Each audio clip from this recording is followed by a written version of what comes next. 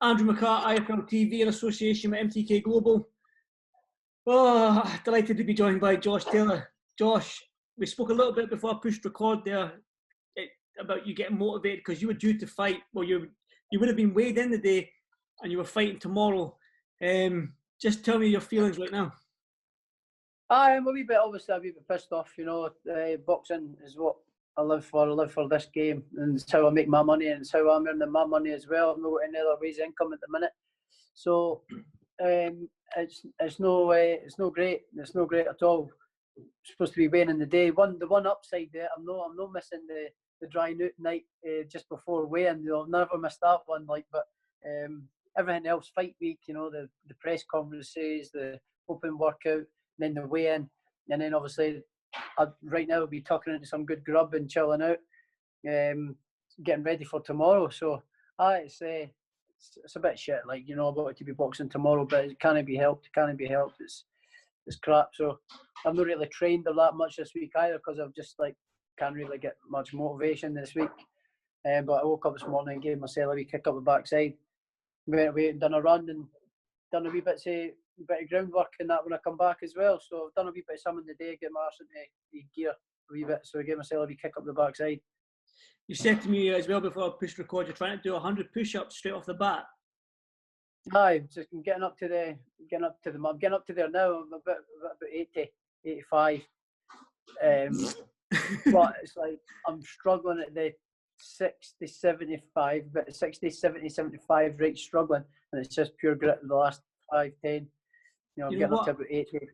I told you I went for a run today as well, man, because you gave me a little bit of motivation. I've seen your tweet saying that you went out for a run. I thought, you know what, nice day, I'm going to go for a run. I done some press-ups in the garden. I done about 25, 30, and my chest was burning. So I don't know how you're doing 60, 70, 80. But I've been doing it for quite a lot, a few days. I've been getting up and doing some every day.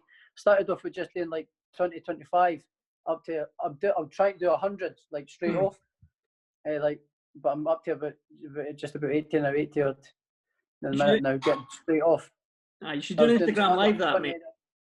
Started off with doing sets of 20 and then all that, different ways of doing them as well. The close grip press ups and wide, and one this way and one diagonal that way, different ways of up the chest. So I'm getting no bad at it now. Still keeping doing wee bits of bobs, but I've not done much this week at all. Just that run and that bit of press ups and a bit of groundwork. That's it. Josh, I know you like a tear up, whether it be sparring or even fighting and stuff like that. So you've not sparred in a long time either, have you? You've not even hit somebody in the face yourself in a long time. When was the last time you got hit in the face or you hit somebody back? Last time I sparred was when I was in Vegas about 2 days before I come back from Vegas. Oh, so you did spar in Vegas, right? I didn't think you sparred out there. Sorry. I sparred twice in Vegas. I sparred twice in Vegas, but sparred twice in Vegas and once in Manchester. And that's the only sparring I've done since my fight with Progress. It's the only sparring I've done.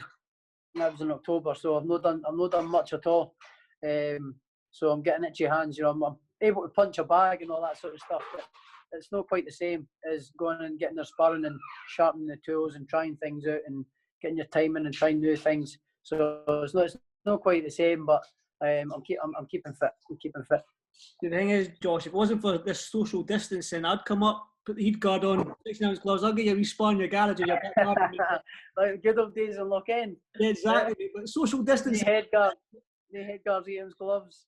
But you had no head. I remember that time you had no head guard on. I had a head guard on. You hit me with a backhand, and I think my legs done the Bambi dance. I don't know if Kerry had to stop it. I was like, it was a good shot. I'll give you that. Used to do lots of that in Lockend with the lads. Just jump in and just have a fight in the ring. You just go in and just have a fight. It was good for 2 or 3 of the different lads. No bell. Just keep going until somebody quits. It was good. Yeah, really good. Well, I think I'm too old for that nonsense now. But you know, it is. I want to just ask you as well, man. Since you've been on lockdown and all this sort of stuff, and you're bored in the house, and you were due to fight tomorrow night, have you studied this Kong Song a little bit more now? Have you watched some more of his fights to try and get what he's like? No, really. I've been a wee bit sort of just like, I was off. So I've kind of lost interest. I mean, there's no anything really much on him really on YouTube. The only footage you can get of him is on YouTube.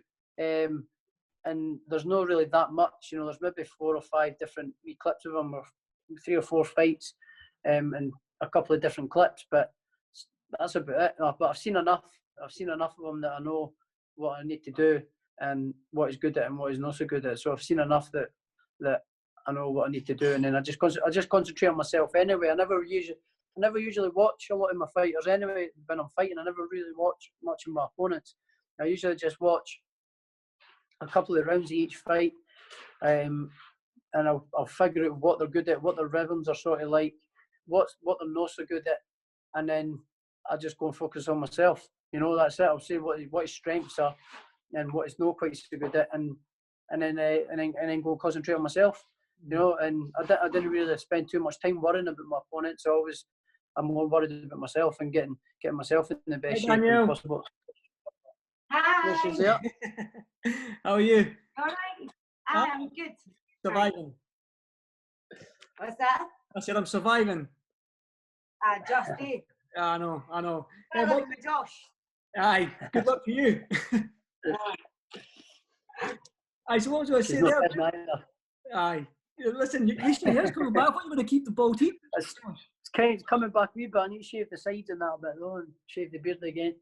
But it's coming back. It's taking longer than I thought it was going to come back. Like usually my hair grows back really quick. So maybe it's a wee warning sign, Andy. This slow down the shaving hairs. Shaving the hair, shaving the heat. You've got a great hairline, mate, so you grow your hair out, don't worry about it. Do you remember your time with Ben Davison and stuff like that? Had Ben come up with a game plan for Kong Song? What was it like for them? I know you weren't with Ben for long, but had you sort of like, have you got that sort of like connection with Ben that you had with your other trainers like Terry and Shane and that? Have you got that connection with Ben? Well, yeah, we knew what he was good at, what his strengths was, and we knew what we think we was going to work against them. So we were working on things that we were going to work, and we thought we were going to work, and things that we thought he wouldn't be able to handle and things like that. You know, I'm not going to give away what we were working on, because when this all gets locked down, he's my opponent still, so he's going to maybe he might see this interview or whatever. So I'm not going to give away what I was working on. He won't understand us, Josh. Don't worry. He won't understand what we're saying. No. I've got to say as well, you're talking about when this is all over, you're going to fight Kong Song. I don't know if you've seen it yesterday, but Robert Smith from the British Boxing Board of Control, he said that it looks like it's going to be July. They're going to put on shows. You only get 5 fights on the card. There's going to be no crowd. It's behind closed doors. Everyone's going to get tested before they go in. So that'll be fighters, managers, trainers, media, whoever's going to be there, doctors. What's your thoughts on that? I know you like to fight in front of a crowd. It's going to be difficult for you to listen, it's not ideal. Obviously, it's not ideal. You know, fighting behind closed doors, it's not ideal. But again, if that's the case, then I just have to get on with it and deal with it. You know, it's like going back to my amateur days when I used to go all over the world to these big tournaments, but there'd only be a couple of hundred people in the hall. You know, like all in, it'd be the other teams, like, and the officials and a couple of punters that would maybe come in, and that would be it. But so I'm used to the kind of nights and that anyway, and now there's so much at stake with my next fight in terms of me being a defence of my title. There's so much at stake. You know, it's not just, you know, fighting for a medal and go for the next one, go to the next competition. You know, this is my belt that I've got. So if I lose this belt, that's my plans for the next year at least, up in the air. Do you know what I mean? That's they're getting that undisputed fight and then moving up to 147 or whatever, chasing a fight up there. That's they plan sort of up in the air. So I need to make sure I get it right and switch on and get it done, which I will always do. I know you're very confident in this Kong Song fight, George. You're always confident whatever fight you're going into, but you mentioned that the undisputed fight against Jose Ramirez. Jose Ramirez done an interview with Umar, I think it was maybe a week and a half ago, 2 weeks ago, and Ramirez said that if he gets past Postal and you get past Kong Song, he wants to fight with you. However, Jack Catterall has been mandatory for the WBO title for I think a year and a half. But Ramirez said Jack should take step aside money and let you two fight, because the winner's going to vacate and move up anyway. Yeah. What's your thoughts on that? Do you think Jack should take step aside money so you and Ramirez could fight? Well, listen, I'd like to think that I could have that option, you know, because it's a big fight, a massive fight. But then at the same time, Jack Catterall's been mandatory for as long as I can remember for that WBO belt. But saying that, he's not really fought any world-class opponents, really, Catterall. He's not really fought anybody world-class, and, you know, it's hard to tell. You know, if it was me, if I was in Jack Catterall's position, I'd say, no way, I'm not stepping aside. I've been waiting for ages. It's my turn to get the shot at the title. But how often does it come around when there's a fight in a division which is to determine who becomes undisputed champ? So they're kind of few and far between these days. If there is an undisputed fight, it's not every day. You know, it's only a world title fight or a unification fight. It's not usually an undisputed title challenge on the line. So it's not very far. No, they're very few and far between. So I'd like to imagine that I might have the power that, like, you know, maybe the governing bodies would want to see the unification fight rather than another defence for Ramirez. But, you know, who knows? You know, if just need to take it the way it comes. If Catterall gets his defence, then I'll have another defence. You know, I'm not in a massive rush. I'm only 29. I've not got many miles on the clock. You know, I'm not taking much damage in terms of like big punches or like concussions or anything like that. I'm not taking any damage. Even in sparring, I don't really get hit that much. So hit clean that much anyway.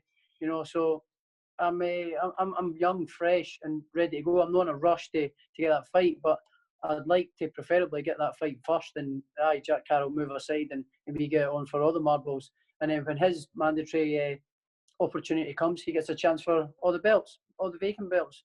You know, so you'd like to think that's a good option for him as well. So he'd need to see what he wants to, how he thinks about it as well. But if I was in his position, I would say no way, I'm not stepping aside, because he's been there for ages. But I'm not in his position. I feel I'm in a stronger position. But it is what it is. Just need to play that by ear and take it as it comes. Okay then. If you were in Jack's position, let me put you on the spot here, Josh. If you were in Jack's position, how much would they need to pay you to step aside? I don't know. It need to be a good whack, you know, because 6-7 figures. He has been mandatory for a long time. You know, he has been mandatory for a long time. So it would need to be a substantial amount of money. I would need to be a good whack to say, okay, on you go. I'll play the winner. Do you know what I mean? I'll play the winner. Aye. Play the winner. Aye. Winner stays on. Play the winner. It's like I'm getting a game of pool or something. Thing is as well, like, all going well. Like I'm saying, I'm looking way into the future now. So I'm thinking Kong Song done, Ramirez done. You've got all the belts. Drop my phone there. You've got all the belts. As well, you're going to vacate them. You've said that before in the past. Now, Top Rank have said, and they would love the fight. They've mentioned it with you and Crawford, the two past undisputed 140, moving up to 147 to face Crawford. I mean, Terence Crawford's an amazing fighter. Terence Crawford got a belt at 147. He's got the WBO. Aye. WBO, aye. Thought so. So aye. But like, listen, that's a fight I'd love to get as well. You know, and if that fight came around next, you know, and say, we're offering you Terence Crawford, blah blah blah, I'd take that fight in a heartbeat. You know, so I'm open to anything. I'm open to anything, Andy. You know, any fight comes my way, whatever's best for me at the time, that's the fight I'll take. I'm not scared to fight anybody and go up to 147 and fight any of them. So if any of them come around and the money's right and everything else is right, then why not? You know, why not? I'm not scared to fight any of them. You know, I believe I can beat anybody that's in the opposite side of the corner of me. So, or the opposite corner of them, then I just believe I can beat any fighters in the other side of the ring. So I'm not scared to fight any of them. If any of the fights up at 147 come about and everything was right and sort of the way I wanted to happen, then why not? You know, I'm not scared to fight any of them. So if the Undisputed, if they offered you Terence Crawford before the Undisputed fight because Ramirez had to fight Catterall, would you go up to face Crawford before the Undisputed? Listen, if the price was right, then aye, why not? Why not? You know, but I've got business that I want to take care of this division first. I want to clear out this division. I believe I'm the best. I believe Ramirez is I wouldn't say an easier fight, but I believe I win that a bit better than I do against Progress. You know, Progress was slippery and his timing was good. Whereas I believe Ramirez is a good fighter, very strong, come forward fighter, but he's one-dimensional. And I believe that I'd lock him onto a shot and eventually I would knock him out, I think I would knock Ramirez out. I mean, what was the Hydro? This is going to be your home sort of thing, the Hydro. Tomorrow night was meant to be the thing. When would be the next time we'd see you at the Hydro, Josh, do you think? Because it's touted that you'll be fighting out in the States more often now. So I don't know. Again, that's what I got told when I signed with Top Rank, that these big fights aren't exclusive to being in America. I mean, they might be in the UK, they could be in Scotland again. If you could get that Castle fight, I spoke about the Castle fight.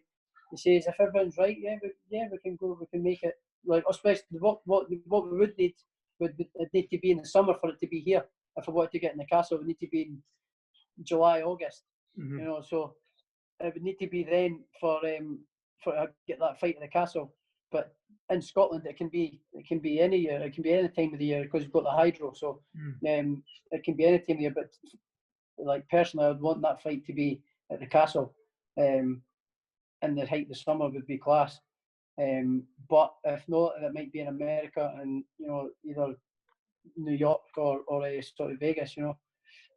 Well, selfishly, I want it to be in Vegas, mate, because if you're in Vegas, I'm coming. That, you know, but here, listen, that's what every fighter dreams of, you know. So I do want to tick that box as well, is to have these big blockbuster fights, or my blockbuster fights in my career in America, like, and get some great fans in America fighting the East Coast. There's a lot of Scottish and British expats over in the east side of America, like New York and Boston and all that sort of area. There's a lot of ex-Scottish people and British people there, you know, and Irish and that as well. So a lot of expats over there. So that would be, if I was going to fight America, I'd want it to be that side of the country.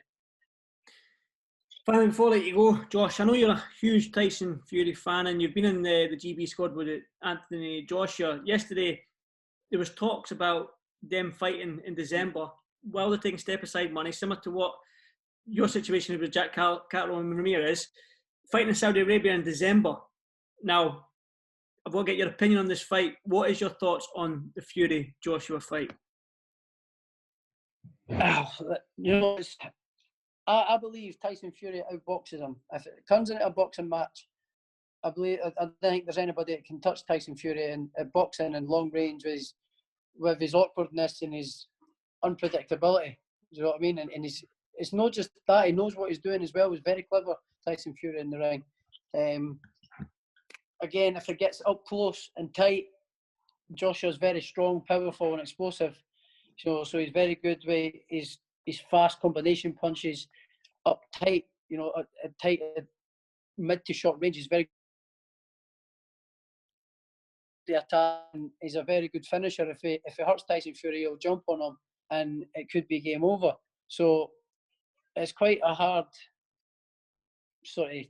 It'd be a very interesting fight. You know, that ones I'd definitely pay the pay-per-view to watch that, because it's an interesting fight. It can go either way, but I just edging towards Tyson Fury because of his boxing brain, his boxing IQ, and his boxing skills. Really, I think, to a certain extent, he's all wrong for Joshua because he's very loose and elusive and unpredictable in the way he moves. You know, he never does two things the same. Whereas Joshua's very tight, programmed. You know, he's very tight and upright and tight, and a lot of his past opponents, when you've seen him boxing and moving around, he struggled with that a little bit. So if it's a boxing match, I think it's Fury all day long. But if it turns to a bit of a fight and I'm taking a bit more risk, like what I did with Wilder in the last fight, Joshua might catch him with one of his big shots and it could be in trouble. So it's an interesting fight. But if I had to put money on it, I'd say Fury on points.